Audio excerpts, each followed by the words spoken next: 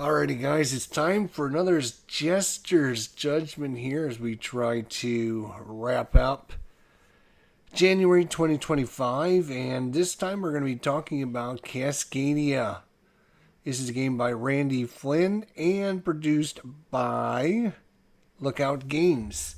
There's a lot of really cool things about this game that I really like. There are some things that I'm just not a big fan of. And we're going to talk about the 5 positive and the 5 negative things. Go over what we think about the game and then give it a final judgment. We always start off with the positive, so let's see what we got so far in the Jester's Judgment here. All right, let's see here. Cascadia. Number 1 is the animal cards. And what I mean by that is each of the animals has a card that's going to let you score it. There's foxes, there's bears, there's elk, there is salmon, and of course there's the hawks. And each of those piles, you're going to shuffle them up and you're going to pull out different animal cards to score the cards. And each of the animal cards has a different way to score it. And it makes the game very interesting every time.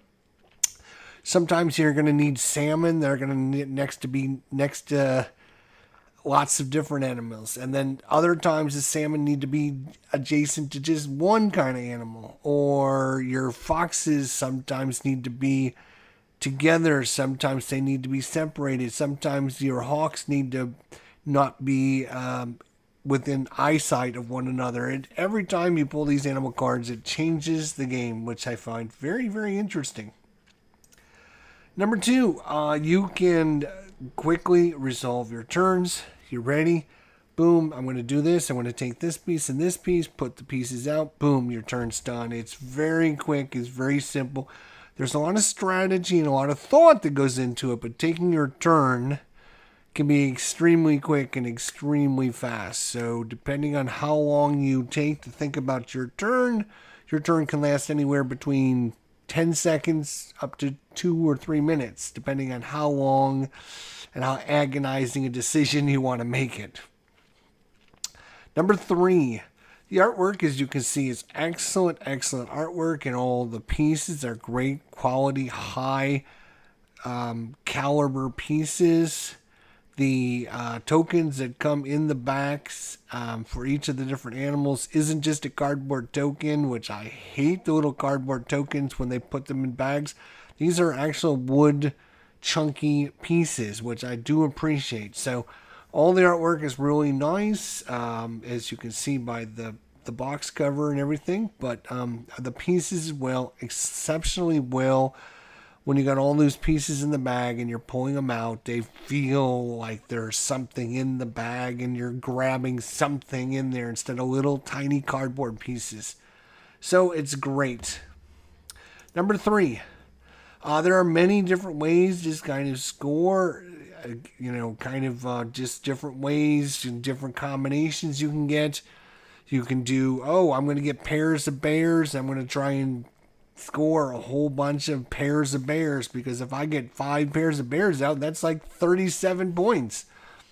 You can put out like 12 of your salmon and you're only going to get 10 points. So there are many ways to score, many different avenues to go down and try, and different things to do. It's not just a single scoring thing. And if you add the expansion in, the landscape expansion, the ways to score exponentially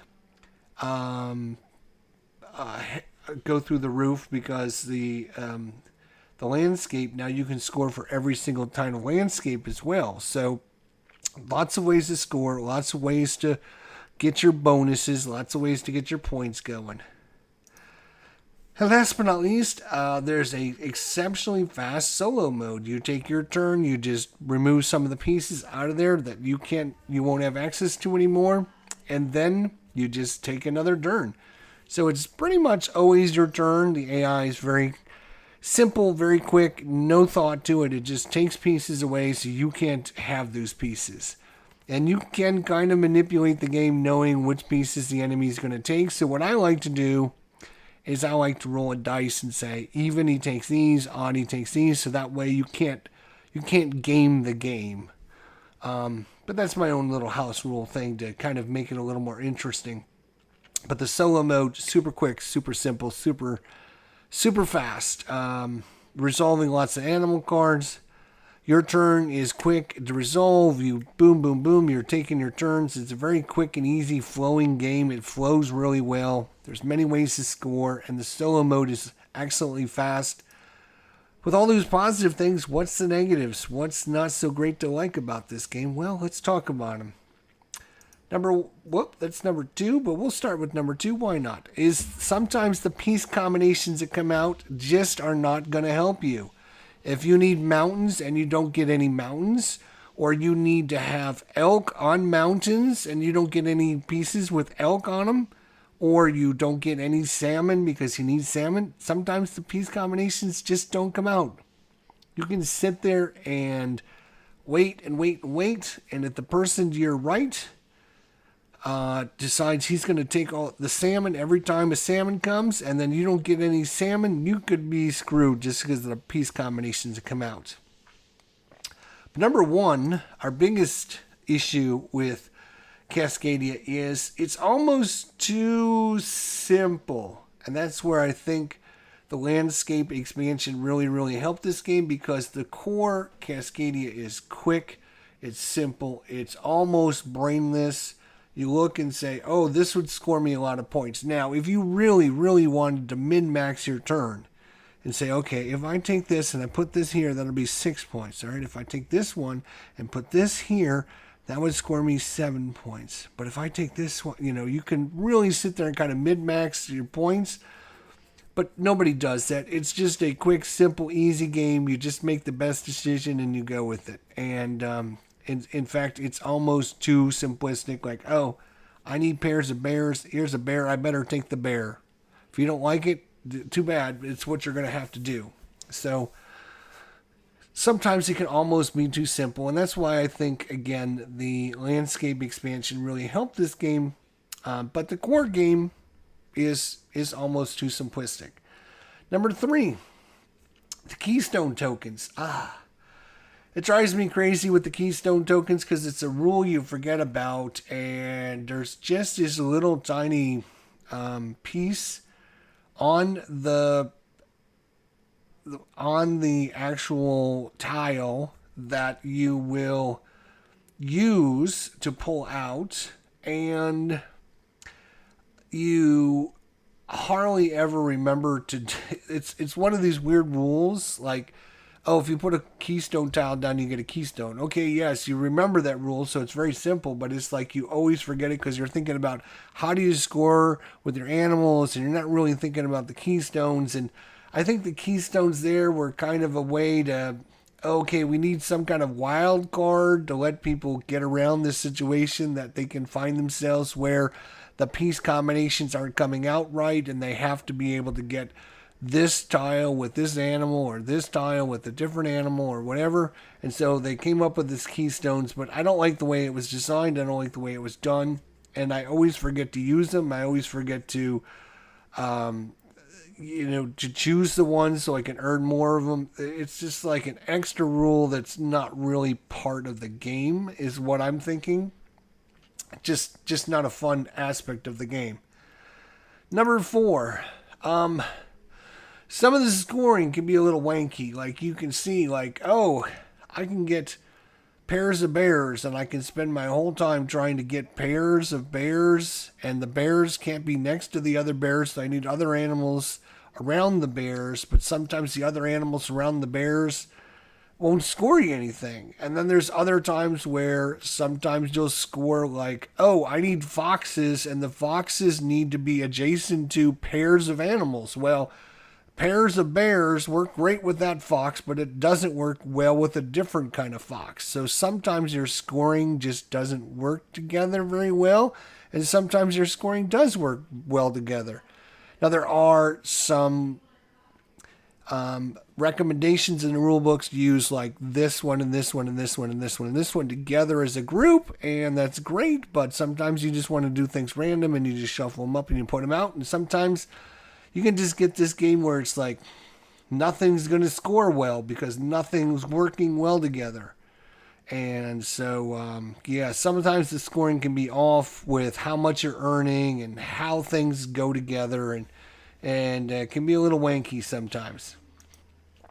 And last but not least, this is like some of the tiles have one animal on them. Some of the tiles have two animals on them. Some of the tiles have three animals on them. And it's just like random. And some tiles are just automatically better. And you can be screwed out by just not getting any of the good tiles while all your competitors are getting up all the good tiles. So I don't understand like such a great difference between how many animals are on the things and why it's not standardized. I'm sure there's some kind of reason for that, but it's kind of anticlimactic. In fact, now that I think about it, there might even be four animals on tiles too. Now that I think about it, I'm trying to remember, but yeah, there is some issues with some tiles being so much better because they're going to give you much more choice of different kind of animals to add to it, and choice is better, gives you more options instead of limiting yourself.